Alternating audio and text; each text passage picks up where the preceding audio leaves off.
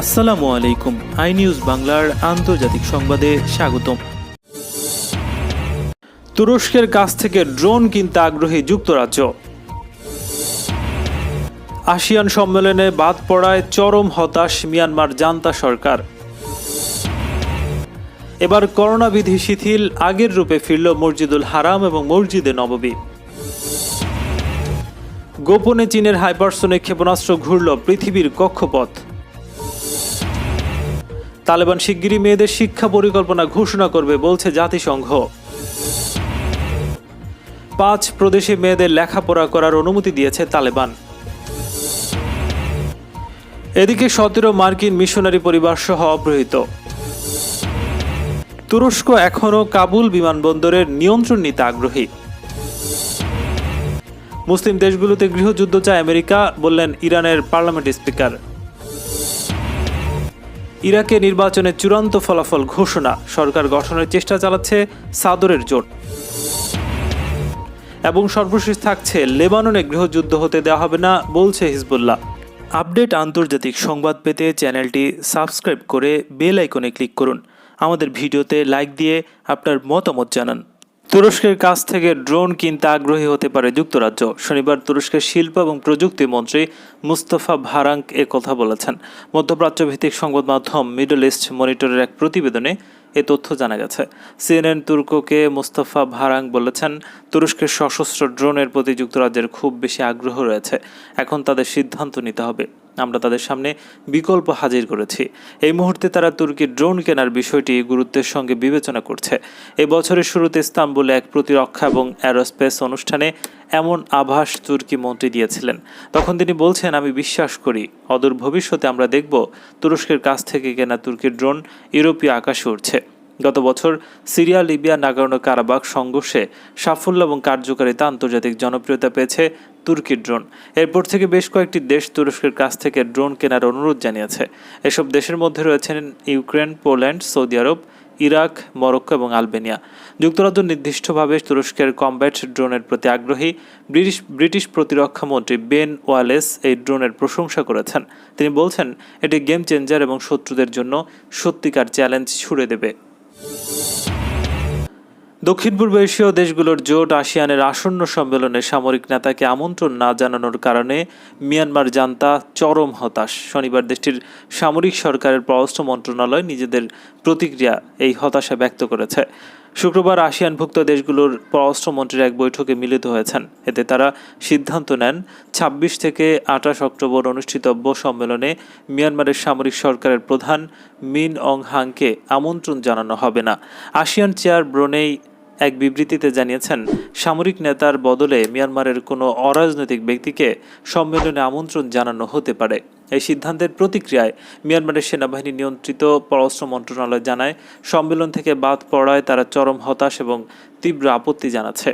মন্ত্রণালয় বলছে, বৈঠকের সিদ্ধান্তগুলো এবং মিয়ানমারের প্রতিনিধিত্বের সিদ্ধান্তে আমাদের সঙ্গে আলোচনা ছাড়াই নেওয়া হয়েছে এবং এগুলো আসিয়ানের লক্ষ্য বিরোধী। এর আগে সামরিক সরকারের এক মুখপাত্র আসিয়ানের এমন সিদ্ধান্তের নেপথ্যে বিদেশি হস্তক্ষেপের অভিযোগ তুলেছিলেন। 1 ফেব্রুয়ারি অং সান সু চির নেতৃত্বাধীন সরকারকে সামরিক অভ্যুত্থানের মাধ্যমে উৎখাত করে মিয়ানমার সেনাবাহিনী। আগস্টে মিন অং হাং নিজেকে নতুন গঠিত তত্ত্বাবধায়ক সরকারের প্রধানমন্ত্রী হিসেবে ঘোষণা করেন। 2023 সালের মধ্যে নতুন নির্বাচনের প্রতিশ্রুতি দিয়েছেন তিনি। মক্কার পবিত্র মসজিদুল হারাম এবং মদিনার মসজিদে নববীতে সামাজিক দূরত্ব বজায় রাখার যে নিয়ম সেটা তুলে দেওয়া হয়েছে। 17 অক্টোবর রোববার সকাল থেকে নতুন এই নিয়ম কার্যকর করা হয়েছে। ফলে করোনা শুরু হওয়ার আগের সময়ের মতো বিপুল সংখ্যক মুসল্লি দুই পবিত্র মসজিদে প্রবেশের সুযোগ পাচ্ছেন। আগের মতো মুসল্লিদের পদচারণায় মুখরিত হচ্ছে দুই মসজিদ। সামাজিক দূরত্ব মেনে চলার বাধ্যবাধকতা না থাকলেও পূর্ণ ডোজ টিকা নেওয়া ব্যক্তিরাই কেবল দুই মসজিদে প্রবেশের সুযোগ পাবেন। মুসল্লিদের বাধ্যতামূলকভাবে মাস্ক পরতে হবে। এই দুই নিয়ম মেনে মুসল্লিরা স্বাভাবিক পরিস্থিতির মতো মসজিদ দুইটিতে প্রবেশ করতে পারবেন।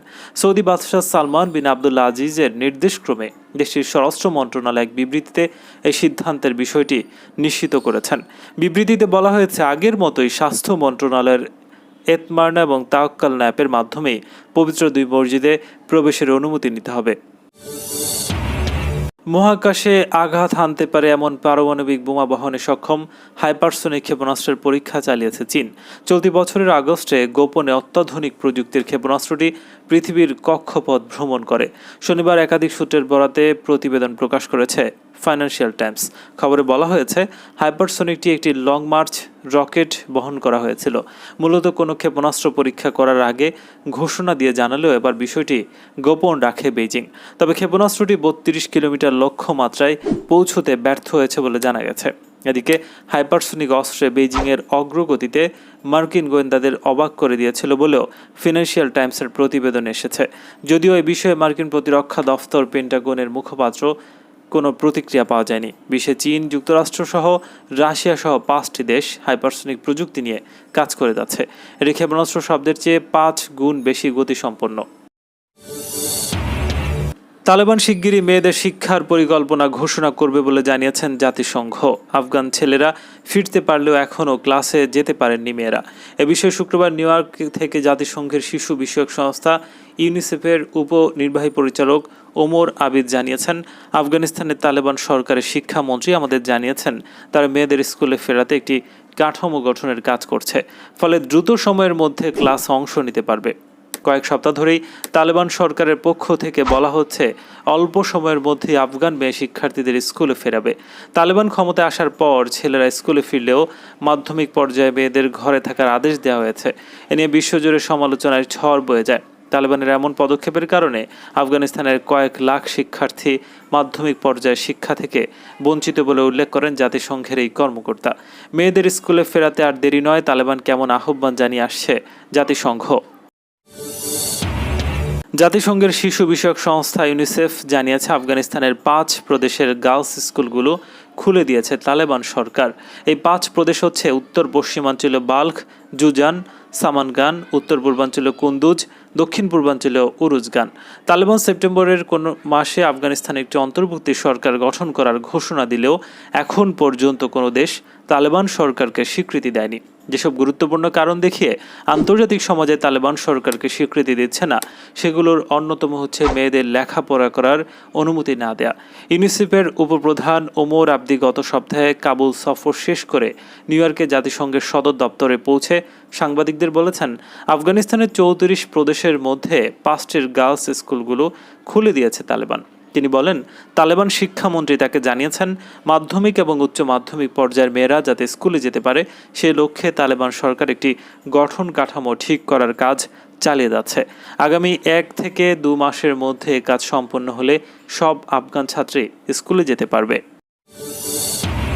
হাইতির রাজধানী পোর্ট অব প্রিন্সে 17 জন মার্কিন খ্রিস্টান মিশনারি এবং শিশুসহ তাদের পরিবারের সদস্যরা অপহৃত হয়েছেন। একটি অপরাধী গোষ্ঠীর সদস্যরা তাদের অপহরণ করেছেন। স্থানীয় কর্মকর্তারা জানিয়েছেন, এই মিশনের সদস্যরা বাসে করে একটি এতিমখানা ছেড়ে অন্য জায়গায় যাচ্ছিলেন।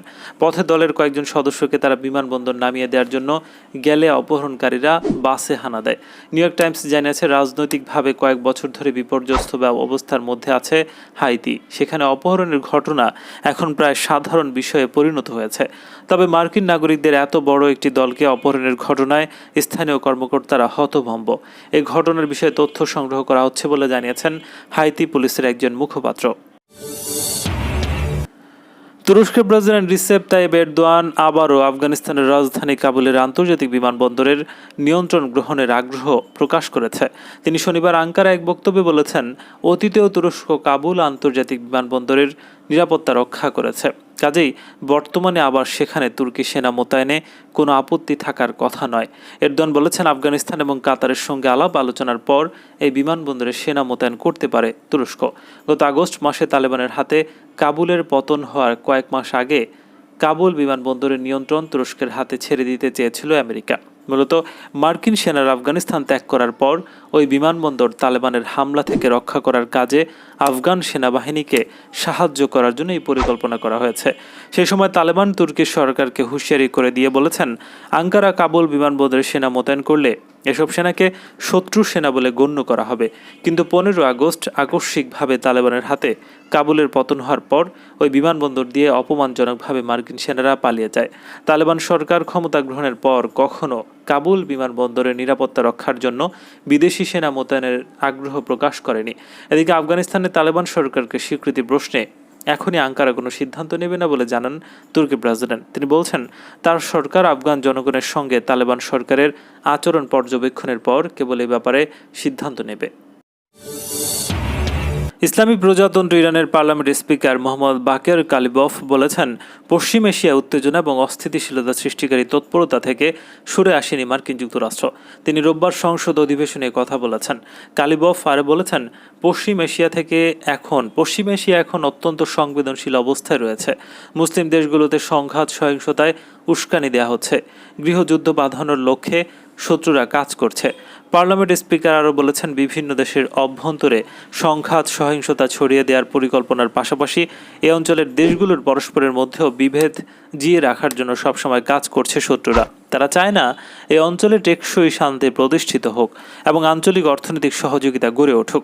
মার্কিন যুক্তরাষ্ট্র এবং তার কিছু মিত্র এই ষড়যন্ত্র চালাচ্ছে বলে জানান বাকের কালিবফ। এই সময় তিনি আঞ্চলিক সহযোগিতা, আঞ্চলিক নিরাপত্তা এবং স্থিতিশীলতা নিশ্চিত করতে প্রয়োজনীয় পদক্ষেপ গ্রহণের পাশাপাশি ইরানের যৌক্তিক এবং বিজ্ঞোচিত নীতি অবস্থান গোটা বিশ্বের সামনে তুলে ধরার আহ্বান জানান। ইরাকের সংসদ নির্বাচনে চূড়ান্ত ফলাফল ঘোষণা করা হয়েছে। শনিবার রাতে দেশটির নির্বাচন কমিশনের পক্ষ থেকে ফলাফল ঘোষণা করে বলা হয়েছে, নির্বাচন সংক্রান্ত সব অভিযোগ নিরপেক্ষভাবে বিবেচনা করা হয়েছে। প্রতিটি ভোট হাতে গণনা করা হয়েছে।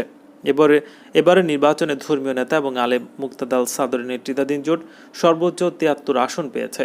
চূড়ান্ত ফলাফল প্রকাশের পর মুক্তাদাল সাদর বলেছেন, তারা এমন একটি সরকার গঠনের চেষ্টা করছেন যা জনগণের সেবায় আত্মনিয়োগ করবে।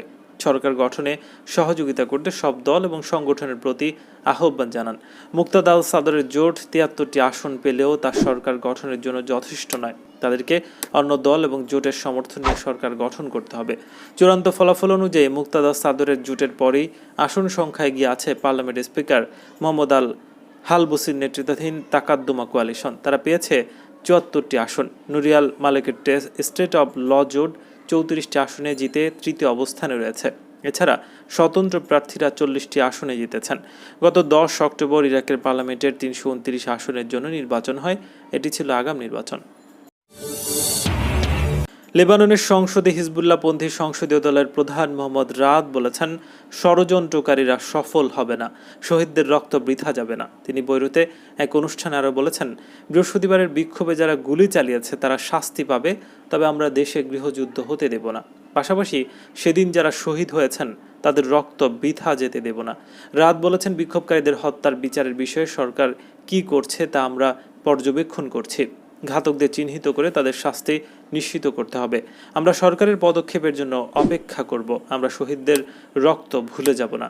বৈরুতে বিস্ফোরণের বিষয়ে তিনি বলছেন, একদল ব্যক্তি বৈরুত বিস্ফোরণ সংক্রান্ত সত্য ফাঁস হতে দিতে চায় না। তারা কাদেরকে ভয় পাচ্ছে, তবে সত্য প্রকাশ হবেই বলে তিনি মন্তব্য করেছেন। গত বৃহস্পতিবার বৈরুতে আদালতের সামনে বিক্ষোভের ডাক দেয় হিজবুল্লাহ এবং আমাল মুভমেন্ট, কিন্তু শান্তিপূর্ণ বিক্ষোভে একদল অস্ত্রধারী গুলি চালায়। এতে 7 জন নিহত এবং 60 জন আহত হয়েছে।